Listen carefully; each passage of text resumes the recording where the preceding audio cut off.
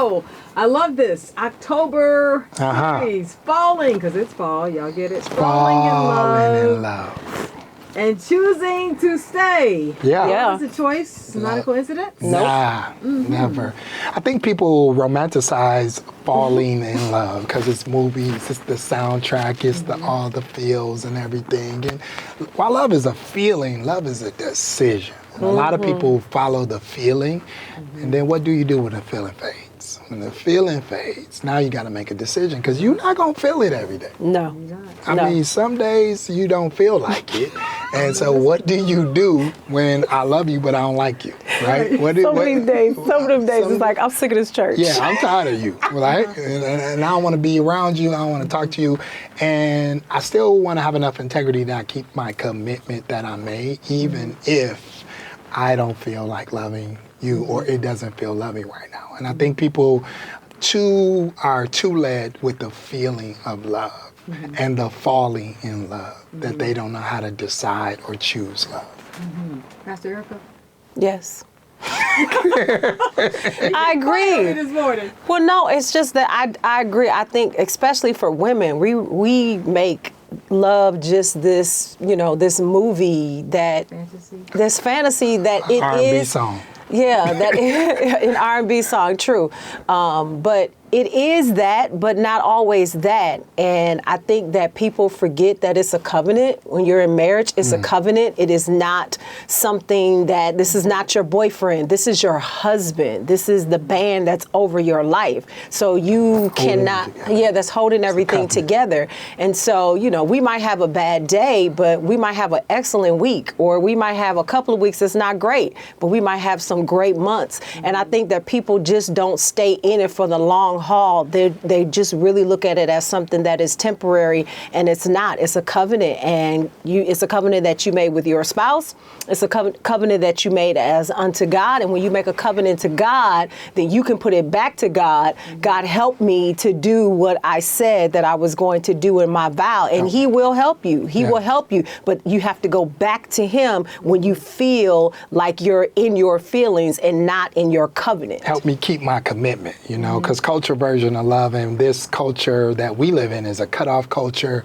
It's a cancel culture, and that stuff gets in the water. It gets in our blood. We quit to without realizing it. I'm sick of this. This ain't working for me. I'm out of here, and we just out. And I mean, she said you might have a bad day or a bad week. What happened if you have a bad 5 years? You know what I'm saying? If this is till death do us apart, we know couples that had a bad 5 years, but they're celebrating their 20th year anniversary. So they had a bad 5 years and a great 15 years because something changed, something shifted, something elevated in the context of that marriage. And so we're not saying, always suck it up and stick it out when when you're on a struggle bus, but we are saying make proper adjustments and proper changements, because the changes, because the real identification for love by way of Corinthians is love is patient, love is kind, love always protects, it always trusts, it hopes against hope, it perseveres. So sometimes people give up too fast and they don't have a persevering love that can go through and as the song say, stand the test of time. Falling in love versus choosing love. Yeah. What covenant does that require a compromise?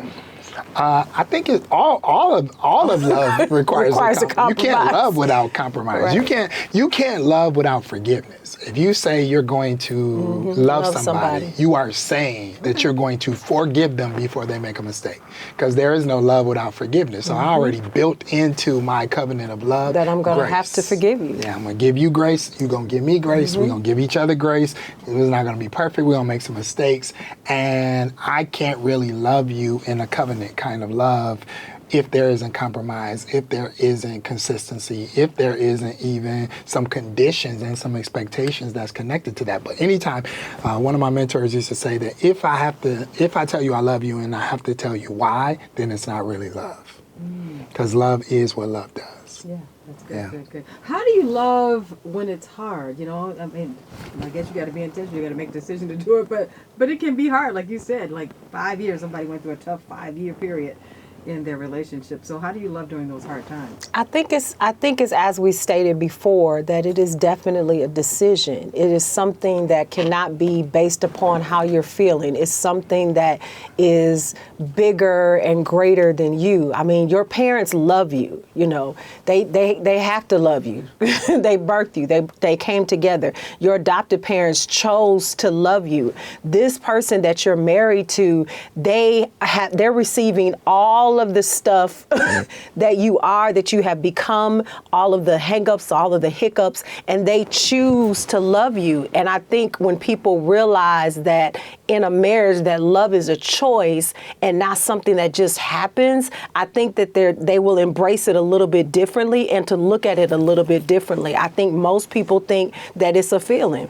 And once you realize that it's not a feeling and that it's a choice, then I think that builds, or you have a different muscle in your relationship. I mean, nobody advocates for hard times, but how do you love when it's hard? I don't know you love me until it's hard. Exactly. I don't know that it was love because it was easy. I know it was love because it was unconventional. I know it was love because it was difficult. I know it was love because we had an argument. I know it was love because it was tested. I know it was love because I lost my job. I know it's love because we had to file bankruptcy and rebuild again. I know it's love because we went through a difficulty, a loss, a transition. I know it's love because something happened. A friend is born for adversity. Right. If there's no adversity, I don't know if you're really my friend. Exactly. You're a fair weather friend unless there's adversity. So in the love kind of relationship of a marriage, hard times supposed to come. What people usually do at hard times, they let hard times tear them apart. Hard times are designed to bring you together. Hard times are designed to test your love. So in relationships, would you say our love for each other should model that of God's love towards us?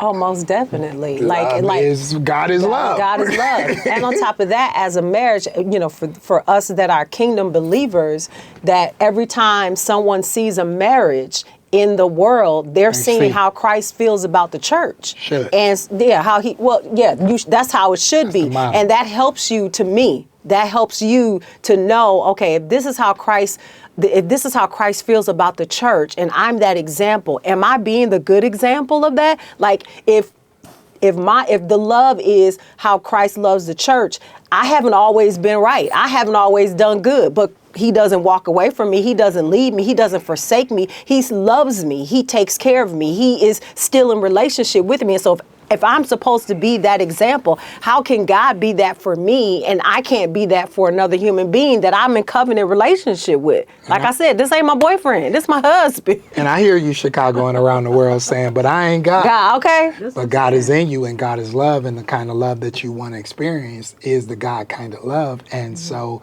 if you want that kind of love, you got to give that type of love.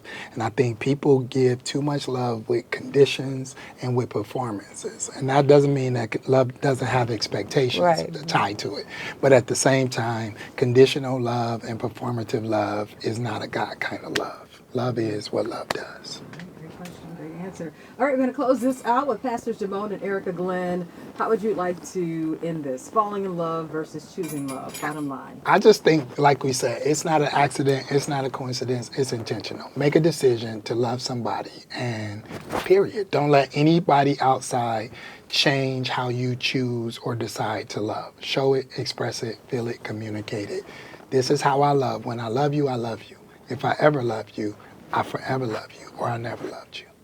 All right, Pastor Erica, you want to give a closing thought? And just, we have a book called The 30-Day Love Challenge if you need some ideas. And it doesn't just only speak to married couples, but it also speaks to just people in general, because I think as an unmarried person, you practice love on the people that are around you, which would make it easier or be able to transfer you into a marriage because you have built that muscle of love. And so this 30-Day Love Challenge book, it helps you to do that. It gives you something to do every day for 30 days. And it's a challenge. And it's a challenge because in the world today, love is being challenged. So love is being challenged. And so, we can do it. We can do it. We can love. You, Dinah Ross now? Love, sweet love. Okay, here we go. That's what it is. My favorite one, though, is Stevie Wonder that says, love's in need of love today. Like when you say love needs love, that's where we are in the world. Love needs love because people don't know what real love is. And love is a behavior that is modeled by a belief. And so if you believe right, you'll behave right. You can't behave beyond your belief. So love is what love does. And the Commodores, Jesus is Love. Okay, That's we need right. to All the love songs. Everybody. All the true love All the songs. true love songs, not the lust Okay, songs. there's a difference. That's That's a whole culture. nother. That's a whole A whole nother nother thing. show right there, right? It is